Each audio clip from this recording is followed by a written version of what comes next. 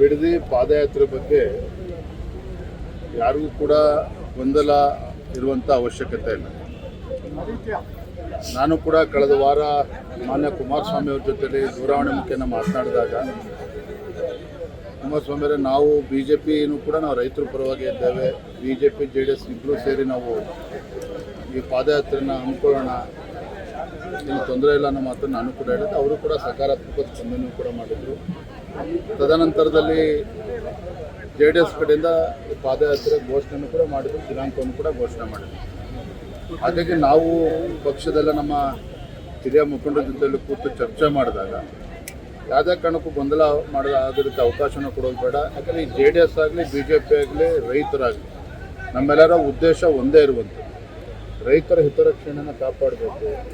ಈಗಾಗಲೇ JDS ಅವರು ದಿನಾಂಕ ಘೋಷಣೆ ಮಾಡಿರೋದ್ರಿಂದ ಸಾಂಕೇತಿಕವಾಗಿ ಸಿಂಬಾಲಿಕ್ ಆಗಿ ನಾವು ಅವ್ರಿಗೆ ಖಂಡಿತ ನಾವು ಬೆಂಬಲವನ್ನು ಕೊಡಬೇಕು. ಸದನದ ಒಳಗಡೆನೂ ಕೂಡ ನಾವು ರೈತರ ಪರ ಹೋರಾಟವನ್ನು ಮಾಡಬೇಕು ಅನ್ನೋ ಮಾತನ್ನು ಚರ್ಚೆ ಮಾಡಿನೇ ಮೊನ್ನೆ ದಿನ ಆರ್ ಅಶೋಕ್ ಅವರು ನಾವೆಲ್ಲ ಪಕ್ಷದ ನಾನು ಹೋಗದೇ ಇರೋದಕ್ಕೆ ಬೇರೆ ಏನೂ ಕಾರಣ ಇಲ್ಲ. ಪೂರ್ವ ನಿಗದಿತ ಕಾರ್ಯಕ್ರಮ ಚಿಕ್ಕಬಳ್ಳಾಪುರ ಕೋಲಾರ ವಿಧಾನ ಪರಿಷತ್ ಚುನಾವಣೆ ನಿಮಿತ್ತ 2-3 ಬಾರಿ ಕಾರ್ಯಕ್ರಮಗಳು ನಿಗದಿಯಾಗಿ ಕ್ಯಾನ್ಸಲ್ ಆಗಿತ್ತು. ಭಾನುವಾರನೇ ಮಾಡಬೇಕು ಅಂತೇಳಿ ಅವ್ರ ಅಪೇಕ್ಷೆ ಇತ್ತು. ಅದಕ್ಕೆ ಪೂರ್ವ ನಿಯೋಜಿತ ಕಾರ್ಯಕ್ರಮದ ಪ್ರಕಾರ ನಾನು ನಮ್ಮ ಕೋಲಾರ ಚಿಕ್ಕಬಳ್ಳಾಪುರ ಹೋಗಿದ್ದೇವೆ. ನಾವು ಮತ್ತು ಸಾಂಕೇತಿಕವಾಗಿ ಅಂತ ಹೇಳಿದ ಮೇಲೆ ನಮ್ಮ ಆರ್ ಅಶೋಕ್ ಅವರು ನಮ್ಮ ಮುಖಂಡೆಲ್ಲ ಹೋಗಿದ್ದಾರೆ. ಹಾಗಾಗಿ ಇದ್ರ ಬಗ್ಗೆ ನಮ್ಮಲ್ಲಿ ಯಾವುದೇ ರೀತಿ ಗೊಂದಲ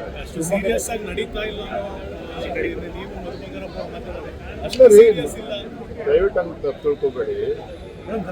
ಅಶೋಕ್ ಅವರು ಏನು ಹೇಳಿದ್ರು, ವಿರೋಧ ಪಕ್ಷದ ನಾಯಕರು ಸಾಂಕೇತಿಕವಾಗಿ ನಾವು ಬೆಂಬಲವನ್ನು ನೀಡ್ತಾ ಇದ್ದೇವೆ ಅಂತ ಹೇಳಿದ್ದೇನೆ. ನಾನು ಅದನ್ನೇ ಇಂಗ್ಲೀಷಲ್ಲಿ ಸಿಂಬಾಲಿಕ್ ಆಗಿ ನಾವು ಇದು ಮಾಡ್ತಾ ಇದ್ದೇವೆ ಅಂತೇಳಿ ಬೆಂಬಲ ನೀಡಿದ್ದೇವೆ ಅಂತ ಹೇಳಿದ್ದೇನೆ. ಇದು ಎರಡನೇದು, ನಾನು ಹೇಳಿರ್ತಕ್ಕಂಥ ಉದ್ದೇಶ ನೀವು ತಪ್ಪು ತಿಳ್ಕೊಳ್ತಾ ಇದ್ದೀನಿ. ಯಾವ್ಯಾವ ರೈತರು ಬಿಡದಿನಲ್ಲಿ ಮುಂಚೂಣಿಯಲ್ಲಿ ಬಂದು ಹೋರಾಟವನ್ನು ಮಾಡ್ತಾ ಇದ್ರು, ರಾಜ್ಯ ಸರ್ಕಾರದ ಕಡೆಯಿಂದ ಅವರ ರೈತರ ಮೇಲೆ ಒತ್ತಡವನ್ನು ಹೇರಿ ಅವರಿಗೆ ಪರಿಹಾರವನ್ನು ಕೊಡುವಂಥ ಕೆಲಸ ಮಾಡ್ತಾ ಇದ್ದಾರೆ. ಕೆಲವು ರೈತರಿಂದ ಹಿಂದೆ ಸರ್ಕೊಳ್ತಾ ಇದ್ದಾರೆ. ಇದೇ ವಿಚಾರವನ್ನು ನಾನು ಅವತ್ತು ಮಂತ್ರಿಗಳ ಜೊತೆಲೂ ಕೂಡ ಹೇಳಿರುವಂಥದ್ದು. ಅರ್ಥ ಭಾರತೀಯ ಜನತಾ ಪಾರ್ಟಿಗೆ ಇದರಲ್ಲಿ ಆಸಕ್ತಿ ಇಲ್ಲ ಅಥವಾ JDS ಅಷ್ಟೇ ಮುಂದ್ಬಿಟ್ಬಿಟ್ಟಿದ್ದಾರೆ, ಖಂಡಿತ ಆ ಥರದ್ದೇನೂ ಇಲ್ಲ. ನೀವು ಸದನದಲ್ಲೂ ಕೂಡ ನೋಡ್ತಾರೆ, ಬಿಡದಿ ವಿಚಾರ ಇರ್ಬೋದು, ಏರ್ಪೋರ್ಟ್ ವಿಚಾರ ಇರ್ಬೋದು. ನಿನ್ನೆ ನಾನು ಚಿಕ್ಕಬಳ್ಳಾಪುರ ಹೋದಾಗ ಶಿಡ್ಲಘಟ್ಟದಲ್ಲಿ ಅಲ್ಲೂ ಕೂಡ KDB ಭಾಳ ಬಲವಂತವಾಗಿ ಜಮೀನನ್ನು ಒತ್ತುವರಿ ಮಾಡ್ಕೊಳ್ಳೋಕೆ ಹೊರಟಿದ್ದಾರೆ. ಯಾಕಂದರೆ ರೈತರ ವಿಚಾರದಲ್ಲಿ ನಾವು ಖಂಡಿತ ನಾವು ಭಾರತೀಯ ಜನತಾ ಪಾರ್ಟಿ ರೈತರ ಪರವಾಗಿರ್ತೇವೆ. ಯಾವುದೇ ಗೊಂದಲಕ್ಕೆ ಅವಕಾಶ ಇಲ್ಲ. ಈ ನೆಲದ ಕಾನೂನಿನ ಬಗ್ಗೆ ಅವರಿಗೆ ಗೌರವ ಇಲ್ಲದಂತೆ ಕಾಣ್ತಾ ಇದೆ. ಇದೆಲ್ಲಕ್ಕಿಂತ ಮುಖ್ಯವಾಗಿ ಯಾವ ಮಾಜಿ ಸಚಿವನ ವಿರುದ್ಧ ಇಂಥ ಗಂಭೀರವಾಗಿರುವಂತಹ ಭ್ರಷ್ಟಾಚಾರ ಆರೋಪ ಇದ್ದಾಗ ಒಂದಲ್ಲ ಎರಡಲ್ಲ 100 ಕೋಟಿ ರೂಪಾಯಿಗಳನ್ನು ಪರಿಶಿಷ್ಟ ಪಂಗಡದ ಅಭಿವೃದ್ಧಿಗೆ ಆ ಮಕ್ಕಳಿಗೆ ಮೀಸಲಿಟ್ಟಿರ್ತಕ್ಕಂಥ ಹಣವನ್ನು ಲೂಟಿ ಹೊಡೆದಿರ್ತಕ್ಕಂಥ ವ್ಯಕ್ತಿಯನ್ನು ಮತ್ತೆ ಅವತ್ತು ಕ್ಯಾಬಿನೆಟ್ಗೆ ಹ್ಯಾಕ್ ತೆಗೆದುಕೊಳ್ಳೋದಕ್ಕೆ ಸಾಧ್ಯ? ಮುಖ್ಯಮಂತ್ರಿಗಳಿಗೆ ಏನಂತ ಒತ್ತಡ ಇತ್ತು ಮುಖ್ಯಮಂತ್ರಿಗಳ ಮೇಲೆ ಆಗಲಿ ACC ಮೇಲೆ ಆಗಲಿ, ಅಂಥ ಏನು ಒತ್ತಡ ಇತ್ತು? ನಮಗೆ ಇರುವಂಥ ಮಾಹಿತಿ ಪ್ರಕಾರ ಅವರು ಏನು ನಾಗೇಂದ್ರ ಅವರು ಕಾಂಗ್ರೆಸ್ ಹೈಕಮಾಂಡನ್ನು ಕೂಡ ಬ್ಲ್ಯಾಕ್ ಮೇಲ್ ಮಾಡಿದ್ದಾರೆ, ಹೆದರಿಸಿದ್ದಾರೆ. ನಾವು ಸತ್ಯವನ್ನೆಲ್ಲವೂ ಕೂಡ ಮಾಧ್ಯಮದಿಂದ ಬಿಚ್ಚಿಡಬೇಕಾಗ್ತದೆ, ನನ್ನನ್ನು ಕ್ಯಾಬಿನೆಟ್ ತೆಗೆದುಕೊಳ್ಳದೇ ಇದ್ದರೆ ಈ ರೀತಿ ಬೆದರಿಕೆ ಹಾಕಿದ್ದಾರೆ ಅನ್ನೋ ಮಾಹಿತಿ ಕೂಡ ಕಾಂಗ್ರೆಸ್ ವಲಯದಲ್ಲೇ ಚರ್ಚೆ ಆಗ್ತಾ ಇದೆ. ಹಾಗಾಗಿ ಇದರ ಪರಿಣಾಮನೇ ಇಂಥ ಘೋರ ಅನ್ಯಾಯ ಮಾಡಿರ್ತಕ್ಕಂಥ ಇಂಥ ಮಹಾಭ್ರಷ್ಟಾಚಾರ ಮಾಡಿರುವಂಥ ವ್ಯಕ್ತಿಯ ವಿರುದ್ಧ ಕೋರ್ಟ್ ನ್ಯಾಯಯುತ ಚಾರ್ಜ್ ಶೀಟ್ ಸಲ್ಲಿಸಿದ್ರು ಕೂಡ ತನಿಖೆ ಆಗಿ ಅಂಥ ವ್ಯಕ್ತಿನ ಇಷ್ಟು ಆತುರವಾಗಿ ಕ್ಲೀನ್ ಚಿಟ್ ಸಿಗೋಕ್ಕೂ ಮುಂಚೆನೇ ಅವರನ್ನು ಕ್ಯಾಬಿನೆಟ್ ತೆಗೆದುಕೊಂಡಿದ್ದಾರೆ ಅಂತ ಹೇಳಿದ್ರೆ ಇವತ್ತು ಆ ಸಮುದಾಯಕ್ಕೆ ಮಾಡಿರ್ತಕ್ಕಂಥ ಅಪಚಾರ ಕಾಂಗ್ರೆಸ್ ಸರ್ಕಾರದ್ದು. ಕಾಂಗ್ರೆಸ್ ಪಕ್ಷ ಇವತ್ತು ಪರಿಶಿಷ್ಟ ಪಂಗಡದ ಸಮುದಾಯಗಳಿಗೆ ಇವತ್ತು ಅನ್ಯಾಯ ಮಾಡಿದ್ದಾರೆ ನಾಗೇಂದ್ರ ಅವ್ರನ್ನ ಕ್ಯಾಬಿನೆಟ್ಗೆ ತೆಗೆದುಕೊಳ್ಳೋ ಮೂಲಕ. ಹಾಗಾಗಿ ಭಾರತೀಯ ಜನತಾ ಪಾರ್ಟಿ ಸದನದ ಒಳಗಡೆನೂ ಕೂಡ ನಾವು ಹೋರಾಟವನ್ನು ಮಾಡ್ತೇವೆ, ಸದನದ ಹೊರಗಡೆ ರಾಜ್ಯಾದ್ಯಂತ ಇದ್ರ ಬಗ್ಗೆ ಹೋರಾಟವನ್ನು ಮಾಡಬೇಕು ಅಂತ ತೀರ್ಮಾನ ಮಾಡಿದ್ದೇವೆ.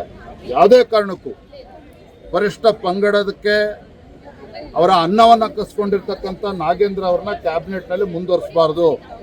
ಇದನ್ನು ನಾವು ಮತ್ತೆ ಆಗ್ರಹವನ್ನು ಪಡಿಸ್ತಾ ಇದ್ದೇವೆ. ಅದ್ರ ವಿರುದ್ಧ ನಾವು ಹೋರಾಟವನ್ನು ಕೂಡ ಮಾಡ್ತೇವೆ. ಇಂಥ ಭೀಕರ ಬರಗಾಲದ ಸಂದರ್ಭದಲ್ಲಿ ಇವತ್ತು ಇನ್ನೂ ಕೂಡ ಕೃಷಿ ಸಚಿವರು ಯಾರು ಅಂತ ಗೊತ್ತಿಲ್ಲ, ಕಂದಾಯ ಸಚಿವರು ಕಾಣ್ತಾ ಇಲ್ಲ,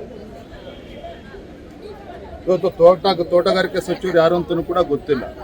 ಸುಮ್ಮನೆ ನಾಮಕಾವಾಸ್ತೆ ಕಾಟಾಚಾರಕ್ಕೆ ಖಾತೆ ಇಲ್ದಿರ್ತಕ್ಕಂಥ ಖಾತೆ ರಹಿತ ಸಚಿವರುಗಳು ಜಿಲ್ಲೆಗಳಿಗೆ ಹೋಗಿ ಪ್ರವಾಸ ಮಾಡ್ಕೊಂಡು ಬಂದ್ಬಿಟ್ರೆ ಅದರಿಂದ ಏನೂ ಕೂಡ ಪರಿಹಾರ ಸಿಗೋದಕ್ಕೆ ಸಾಧ್ಯ ಆಗೋಲ್ಲ ರೈತರಿಗೆ.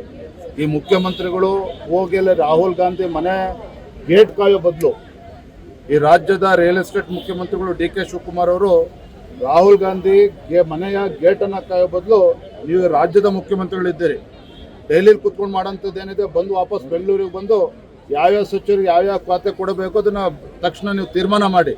ಎಲ್ಲದಕ್ಕೂ ಕೂಡ ಹೋಗಿ ಡೆಲ್ಲಿಗೆ ಹೋಗಿ ಕೂತ್ಕೊಂಡ್ರೆ ರಾಜ್ಯಕ್ಕೆ ದ್ರೋಹ ಬಗಿತಾ ಇದ್ದೀರಿ.